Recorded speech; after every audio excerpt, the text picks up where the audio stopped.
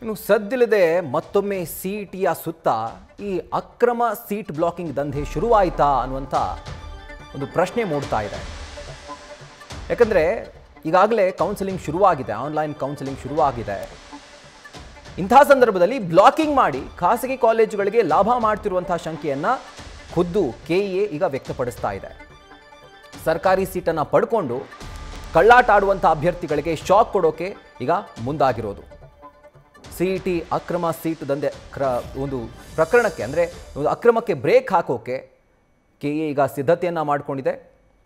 ಹಾಗೂ ಕಾಲೇಜುಗಳಲ್ಲಿ ಯಾವೆಲ್ಲ ವಿದ್ಯಾರ್ಥಿಗಳು ಗೌರ್ಮೆಂಟ್ ಸೀಟ್ ಅಡಿಯಲ್ಲಿ ಇನ್ನೂ ಕೂಡ ಅಡ್ಮಿಷನ್ ಆಗಿಲ್ವೋ, ಸರಿಸುಮಾರು 351 ವಿದ್ಯಾರ್ಥಿಗಳು ಈ ರೀತಿಯಾಗಿ ಕಳ್ಳಾಟವನ್ನು ಆಡ್ತಿದ್ದಾರೆ. ಸೊ ಅಂಥ ವಿದ್ಯಾರ್ಥಿಗಳಿಗೆ, ಅಂಥ ಅಭ್ಯರ್ಥಿಗಳಿಗೆ ಈಗ ನೋಟಿಸನ್ನು, ಶೋಕಾಸ್ ನೋಟಿಸನ್ನು ಕೆಇಎ ಜಾರಿ ಮಾಡಿದೆ. ಅಂದರೆ ಯಾವಾಗ ಒಂದು ಲಿಮಿಟೆಡ್ ಟೈಮ್ ಫ್ರೇಮ್ನಲ್ಲಿ ಕೌನ್ಸಿಲಿಂಗ್ ರೌಂಡ್ಗಳ ಮೇಲೆ ಅದು ಡಿಪೆಂಡ್ ಆಗ್ತಾ ಹೋಗುತ್ತೆ.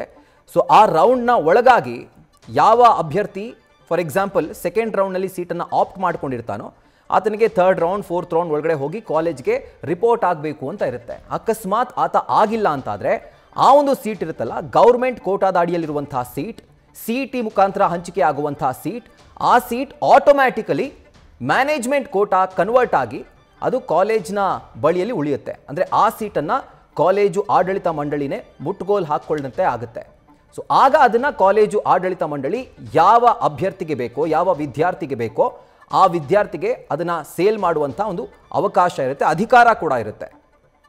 ಸೊ ಈಗ ಸುಮಾರು 351 ವಿದ್ಯಾರ್ಥಿಗಳು ಸಿಇಟಿ ಅಡಿಯಲ್ಲಿ ಯಾರು ಅಡ್ಮಿಷನ್ ಪಡ್ಕೊಂಡಿದ್ದಾರೆ, ಸೊ ಅವರು ಯಾವುದೇ ಥರದ ಒಂದು ರಿಪೋರ್ಟ್ ಆಗದೆ ಕಾಲೇಜ್ಗೆ ಹೋಗಿ ಅಡ್ಮಿಷನ್ ಆಗದೆ ಇನ್ನೂ ಕಳ್ಳಾಟ ಆಡ್ತಿದ್ದಾರೆ. ಬಹುಶಃ ಈ ಒಂದು ಸೀಟ್ಗಳು ಒಂದು ರೀತಿ ಖಾಸಗಿ ಕಾಲೇಜುಗಳಿಗೆ ಲಾಭವನ್ನು ಮಾಡಿಕೊಡುವಂಥ ನಿಟ್ಟಿನಲ್ಲಿ ಈ ರೀತಿ ಮಾಡ್ತಿದ್ದಾರೆ ಅನ್ನುವಂಥ ಒಂದು ಆರೋಪದ ಹಿನ್ನೆಲೆಯಲ್ಲಿ, ಆ ಒಂದು ಶಂಕೆ ಹಿನ್ನೆಲೆಯಲ್ಲಿ ಈಗ ಆ ಅಭ್ಯರ್ಥಿಗಳಿಗೆ ಶೋಕಾಸ್ ನೋಟಿಸನ್ನು ಕೆಇಎ ಜಾರಿ ಮಾಡಿದೆ. ಡೀಟೇಲ್ಸನ್ನು ಕೊಡ್ತಾ ಹೋಗ್ತಾರೆ ನಮ್ಮ ಪ್ರತಿನಿಧಿ ಪ್ರಗತಿ ಶೆಟ್ಟಿ. ಈಗ ಲೈವ್ನಲ್ಲಿ ಜಾಯಿನ್ ಆಗ್ತಾ ಇದ್ದಾರೆ. ಪ್ರಗತಿ, ಏನಿದು ಅಭ್ಯರ್ಥಿಗಳ ಕಳ್ಳಾಟ, ಜೊತೆಗೆ ಕೆಇಎ ಯಾವ ರೀತಿಯಾದಂಥ ಕ್ರಮಕ್ಕೆ ಮುಂದಾಗ್ತಾ ಇದೆ ಅಂತ ಇಂಥ ವಿದ್ಯಾರ್ಥಿಗಳ ವಿರುದ್ಧ?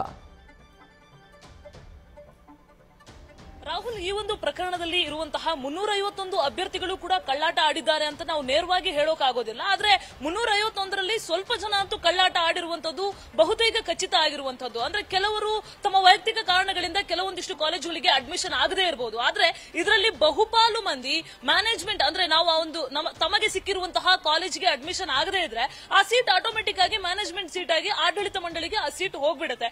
ಅದು ಪ್ರೈವೇಟ್ ಆಗಿ ಅವರಿಗೆ ಬೇಕಾದಷ್ಟು ದುಡ್ಡನ್ನ ಕೊಟ್ಟು ವಿದ್ಯಾರ್ಥಿಗಳನ್ನ ಮತ್ತೆ ಅವರು ಅಡ್ಮಿಷನ್ ಮಾಡಿಸ್ಕೊಳ್ತಾರೆ. ಸೊ ಹಾಗಾಗಿ ಈ ನಿಟ್ಟಿನಲ್ಲಿ ಲಾಭ ಮಾಡಿಕೊಡೋದಕ್ಕೆ ಬಹುತೇಕ ವಿದ್ಯಾರ್ಥಿಗಳು ಕಾಲೇಜ್ಗೆ ಅಡ್ಮಿಷನ್ ಆಗಿಲ್ಲ ಅನ್ನುವಂತಹ ಒಂದು ಮಾಹಿತಿ ಸಿಗ್ತಾ ಇರುವಂತದ್ದು. ಸೊ ಈ ಪ್ರಕರಣಕ್ಕೆ ಸಂಬಂಧಪಟ್ಟ ಹಾಗೆ 351 ಅಭ್ಯರ್ಥಿಗಳಿಗೆ ಕರ್ನಾಟಕ ಪರೀಕ್ಷಾ ಪ್ರಾಧಿಕಾರ ಶೋಕಾಸ್ ನೋಟಿಸ್ ಅನ್ನ ಜಾರಿ ಮಾಡಿದೆ. ಕಾರಣವನ್ನ ಕೇಳಿ ನೋಟಿಸ್ ಅನ್ನ ಕೊಟ್ಟಿದೆ. ಅಂದ್ರೆ ನೀವು ಯಾಕೆ ಅಡ್ಮಿಷನ್ ಆಗ್ಲಿಲ್ಲ, ಏನ್ ರೀಸನ್ ಅಂತ ಒಂದು ಕಾರಣವನ್ನ ಕೇಳಿ ನೋಟಿಸ್ ಅನ್ನ ಕೊಟ್ಟಿದೆ. ಈ ಮಧ್ಯ ವಿಟಿಯುಗೆ ಒಂದು ಪತ್ರ ಬರೆದಿದೆ. ಈ 351 ಅಭ್ಯರ್ಥಿಗಳ ಸಂಪೂರ್ಣ ವಿವರವನ್ನ ಸಲ್ಲಿಕೆ ಮಾಡಲಾಗಿದೆ. ಇವರೇನಾದ್ರೂ ಕಾಮೆಡ್ ಕೆ ಥ್ರೂ ಅಥವಾ ಮ್ಯಾನೇಜ್ಮೆಂಟ್ ಸೀಟ್ ನ ಅಡಿಯಲ್ಲಿ ಯಾವ್ದಾದ್ರು ಕಾಲೇಜುಗಳಿಗೆ ಅಡ್ಮಿಷನ್ ಅನ್ನ ತಗೊಂಡು ಬಂದ್ರೆ ಇಂಥವರಿಗೆ ಅಡ್ಮಿಷನ್ ಅನ್ನ ಕೊಡಬೇಡಿ ಅಂತ ಅವರ ಸಂಪೂರ್ಣ ವಿವರವನ್ನ ಈಗ ಕೆಇಎ ವಿಟಿಯುಗೆ ಕೊಟ್ಟಿರುವಂತದ್ದು. ಜೊತೆಗೆ ಏನು ಅವ್ರನ್ನ ಅಡ್ಮಿಷನ್ ಮಾಡಿಸ್ಕೊಳ್ಬಾರ್ದು ಅಂತ ಹೇಳಿ ಈ ರೀತಿಯಾದಂತಹ ಸೀಟ್ ಬ್ಲಾಕಿಂಗ್ ಗೆ ಬ್ರೇಕ್ ಅನ್ನ ಹಾಕ್ತಾ ಇರುವಂತದ್ದು. Rahul, right Pragati, thank you ಡೀಟೇಲ್ಸ್ಗೆ. ನ್ಯೂಸ್ ಫಸ್ಟ್, ನಿರ್ಭೀತಿಯಿಂದ ನಿಮ್ಮ ಪರವಾಗಿ.